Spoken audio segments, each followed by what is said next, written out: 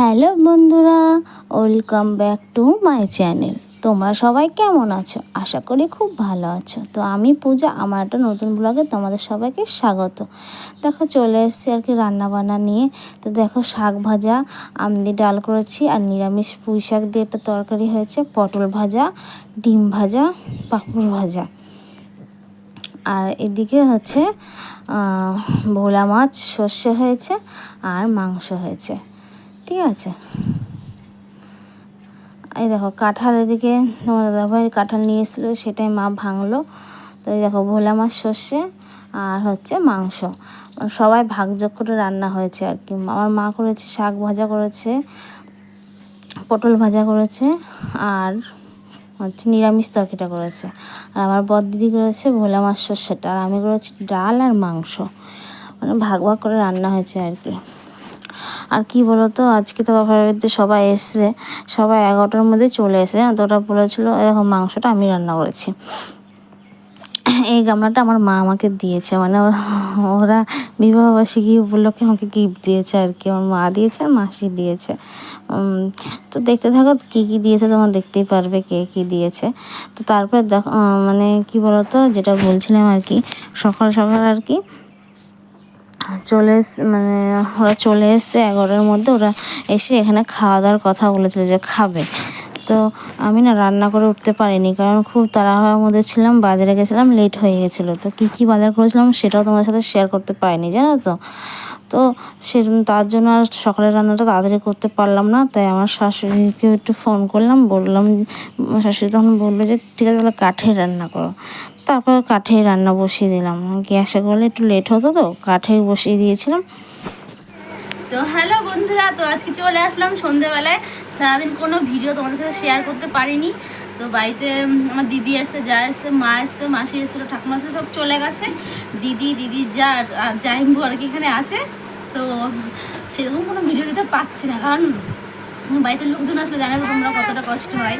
তো আজকে বিবাহবার্ষিকী উপলক্ষে তো আমার মাসি দিয়েছে, দেবো ছাড়, এই নাইটিটা দিয়েছে। কিন্তু বিবাহবার্ষিকী না, সামনে বিবাহবার্ষিকী ছিল, তো ওর জন্য আর কি এই নাইটিটা আর দিয়েছে। আর আমার মা দিয়েছে এই গামলাটা যেন তো প্রচুর ভারী, মানে এক হাত দিয়ে তুললেও মানে অনেকটাই ভারী আর কি। তো আমি প্রথমে বাসনটা মাছ দেখেছিলাম, তো দেখলাম যে মানে এতটাই ভারী আর কি যে তুলতে পারছিলাম না। পরে দেখছি যে না একটাই আর কি গামলা, তো প্রচুর ভারী। আর এই নাইটিটা আমার দিদি নতুন আর কি ব্যবসা শুরু করেছে নাইটি, তার জন্য প্রথম আর কি ওর কাছে যে এটা নিলাম আর কি। তো দেখো, আর সেদিনকে তো নিলাম, তোমার দেখতেই পেরেছে ভিডিওতে, সেদিনকে নিচে মানে হবে না, এখন 3টে নাইটি নতুন হয়ে গেল। তো যে এই নাইটি দিদির কাছে নিলাম, মাসি আর কি গিফট করেছে। আর এটা তো তোমরা দেখতেই পারলে যে হচ্ছে কে কী গিফট করেছে আর কি। আমার বিবাহবার্ষিকী সামনে ছিল, ওর জন্য আমি মানে সেই উপলক্ষে বলিনি, আমার দিদিরা বলেছিল আসবে, তো তার জন্যই বলেছিলাম। তো ওরা তার জন্য বলছে না, সামনে বিবাহবার্ষিকী ছিল, তাহলে গিফট নিয়ে যায়।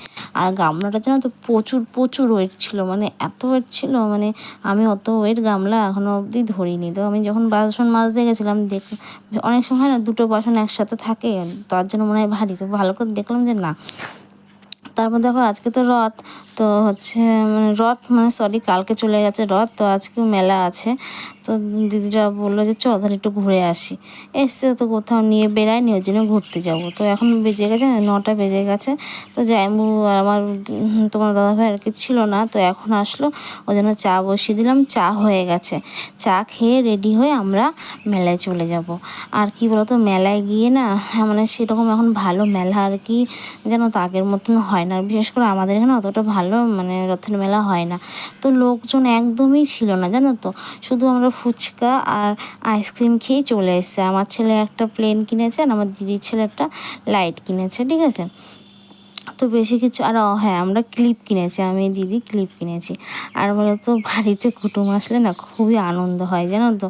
কিন্তু একটু কাজের মধ্যে ব্যস্ত থাকি, ওটাই। কিন্তু সবাই মিলেমিশে করেছে, তো হয়ে গেছে। আর সকালের খাবারটা সবাইকে দিয়েছিলাম যেন কী দিয়ে, ডাল, ডিম ভাজা আর পাঁপড় ভাজা দিয়ে। আর আমরা খেতে খেতে শাক ভাজা দিয়েও খেয়ে নিয়েছিলাম। তো মেনু করবো না অনেক রকম মেনু আর কি হয়ে গেছে। মানে ইচ্ছে ছিল আমাদের একটু খাসির মাংস খাওয়ানোর, কারণ বাপের বাড়িতে লোকজন আসলে না একটু খাসির মাংস খাওয়া ইচ্ছে করে। কারণ আমি যখনই যাই আমার মা চেষ্টা করে আমাদের খাসির মাংস খাওয়ার, কিন্তু আমরা না পেরে আর উঠি না। কী আর করবো, কিছু করার নেই। মানে খাসির মাংস 1 কিলো খাসির মাংসের দাম প্রায় অনেক টাকায়, তাই না? আর তোমার দাদাভাইয়ের তো ঠিক মতন কাজকর্ম হয়ই না যে খাসির মাংস খাওয়াবো। তো মুরগির মাংস নিয়ে এসেছি। দিদি তাই বলছিলাম যে আমি ভেবেছিলাম তোদের খাসির মাংস খাবো, কিন্তু পারলাম না রে, হয় না। আর বলে কি না ঠিক আছে, তো সবাই মিলে আনন্দ করে যেটা খাবো সেটাই ভালো, তাই না? তো তারপর দেখো এদিকে চা সব রেডি করে নিলাম। আমি তো এই সময় চা খাই না ভালো মতনই জানো, কেউ খেলে তার তো মানে যদি করি তাহলে আর কি খাই। তো দেখো চা করে নিলাম। আর আমি চা খাই না, নেশা নেই তো অত, তো চা না সেরকম অতটা ভালো করতে পারিও না, কিন্তু চেষ্টা করি, তো অতটা খারাপ হয় না। তারপরে আমরা খেয়ে দিয়ে আমরা সবাই আর কি চলে যাব মেলায়। আর জানো তো রাত্রিবেলায় সেরকম কিছু করতে হবে না, কারণ সব কিছুই রয়েছে। হ্যাঁ, শুধু ভাত করতে হবে, কারণ যা ভাত ছিল আমার বাবার জন্য পাঠিয়ে দিয়েছিলাম, তরকারি মরকারি পাঠিয়ে দিয়েছি। তো ভাত করতে হবে। রাত 11টার সময় ভাত বসিয়েছিলাম, আমাদের ভাত খেতে খেতে 11:30 বেজে গেছিলো। তার দেখো রেডি হয়ে নিয়েছি, এত গরম পড়েছে না, মানে সামনে যা ছিল তাই আর কি পরেছি, শোকেস দিয়ে চুড়িদার বার করতে ইচ্ছেই করছিল না। তো দেখো না আমরা রেডি হয়ে গেছি। আর আমার না একটা খারাপ অভ্যাস কী বলো তো, আমার শোকেস থেকে চুড়িদার বার করে পরতে না খুব মানে আলিস্যি লাগে আর কি। তাই সামনে যা ছিল সেটা আর কি পরেছি। আর যা গরম পড়েছে। তো বন্ধুরা, আমার ভিডিওটা আজকের মতন এইটুকু। তো তোমরা যে আমার ভিডিও যদি ভালো লাগে থাকে লাইক কমেন্ট শেয়ার করে দিও, আর অবশ্যই সাবস্ক্রাইব করে আমার পাশে থেকো। তো আজকের মতন টাটা। তোমরা যে যেখানে থাকো ভালো থাকো, সুস্থ থেকো, গুড নাইট।